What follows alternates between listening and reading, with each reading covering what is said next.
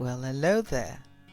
I'm Charles Eden, and this is Now That You're Awake, our opportunity to awaken hearts and bring as many as we can into the full understanding of truth. Here, we go after wisdom, that is, the comprehensive insight into the ways and purposes of God and life.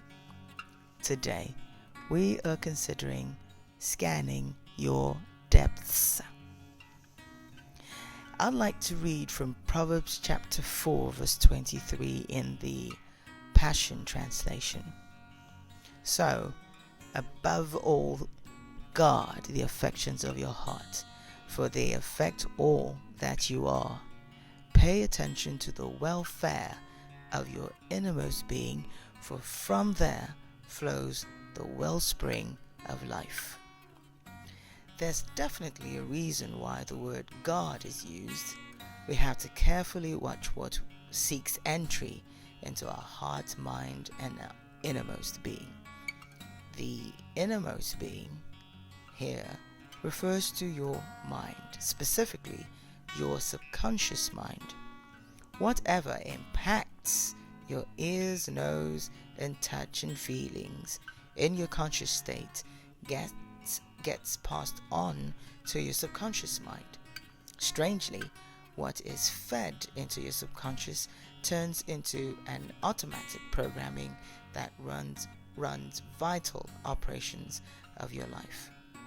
You feed it with data, and then it, quote unquote, grows a mind of its own. A striking example of the power of the subconscious and how things we encounter impact on it and affect our lives is the experiment carried out by the researcher Brian Diaz and neurobiologist Carrie Ressler. They taught male mice to fear the smell of cherry blossoms.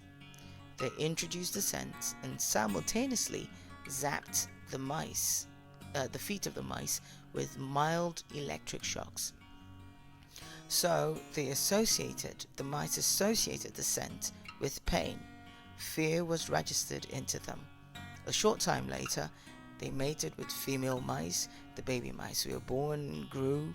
When they became adults, the scientists puffed the cherry blossom scent into the air around them. And the result? They were terrified. What the scientists noticed was that they had sharper or higher cherry blossom smell receptors and responded to it 100% as if they had personally encountered for the first time the cherry blossoms. Now, this might be a mice example, but it's practically the same for humans. I have read stories and studies of human cases exemplifying this. One that's hard to forget for me was a young man who was an athlete and a cross-dresser. He never knew his father. He was the result of a one-night stand. He suffered a lot of angst from not knowing his father, and the void led him to at least find out who his father was. Now, later, during his findings, found out that his father was still alive, but traces led to a startling truth. His father, by means of DNA findings, among other things, was a crossdresser. Now, mind you, there are no crossdresser genes or DNA strands. This was purely a habit or belief that was so emotionally strong that it went into the ancestral line. So you see, the subconscious mind is like a data bank. It stores especially emotionally charged beliefs, experiences, deeds or actions, memories, skills, thoughts, feelings, interpretations, words, etc. The stronger the emotions attached to the data, the harder it drives into the subconscious. It equally operates as an automatic guidance system that alerts you when information coming from the senses is a threat or an opportunity. It causes you to respond to the information. So, in a way, your subconscious controls your reflexes. The subconscious doesn't scrutinize the data that goes in. You need to know that. It doesn't determine what is good or bad. Your conscious mind does that. Essentially, the meaning you provide in your conscious mind is taken as true and valid data and stored into your subconscious. Whether the meaning or interpretation is good or bad for you is an entirely different matter. Positive and negative emotions are treated simply as data, but the interpretation you give could hurt or help you. You won't know that until your subconscious carries out the functions of the programming you have done. Remember, your subconscious mind is neutral, but programming will respond to the set of commands that you input. Some events or happenings, for example, in themselves have neutral meaning. Say, the cup falls. But we can attach meaning, positive or negative, to that particular event or happening. For example, 1. My husband or wife didn't place the cup properly. Careless, which is fodder for fight. Get ready for trouble because you are stoking embers that you are not supposed to be touching. Number 2, example. Why am I so stupid? I should have placed the cup well. Now, negative emotions or comments register and will affect your personality or your self-esteem. Or number 3, what kind of bad luck is this? Why could my favorite cup fall? This is an omen. Now, getting superstitious or suspicious is not healthy for general well-being. What you're doing is calling trouble into existence. Or more positively, let's look at number 4. That cup is finally gone. Well, it lived a useful life. Cups come and go, don't they? Or number 5, wonder why it fell. Let's clean it up, shall we? Really simple.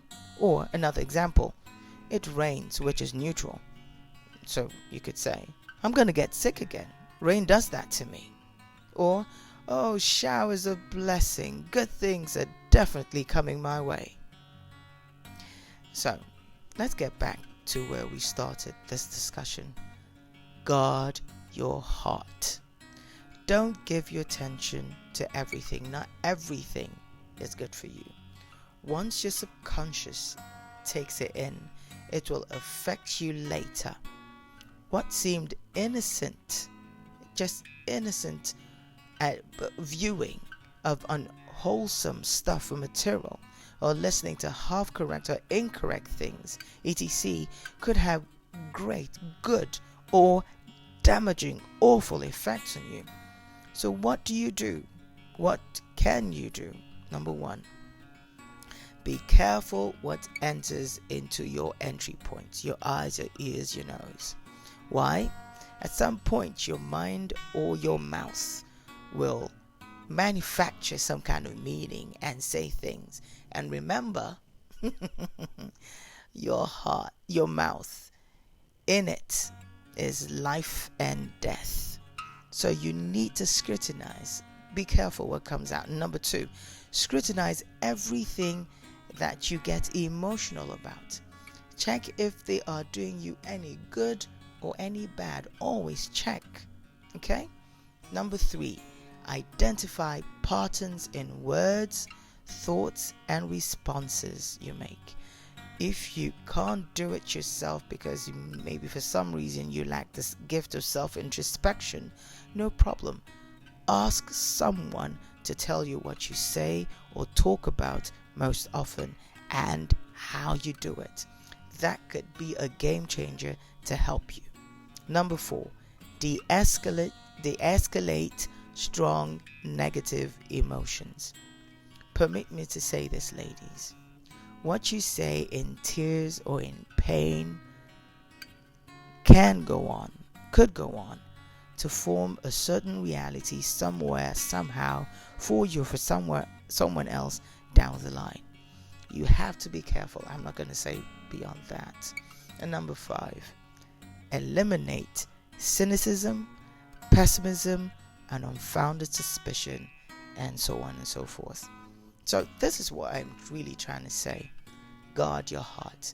Your subconscious is powerful. Don't let it just go on auto drive. Scrutinize, check it out. It will help you, I promise. Okay? Have a great day.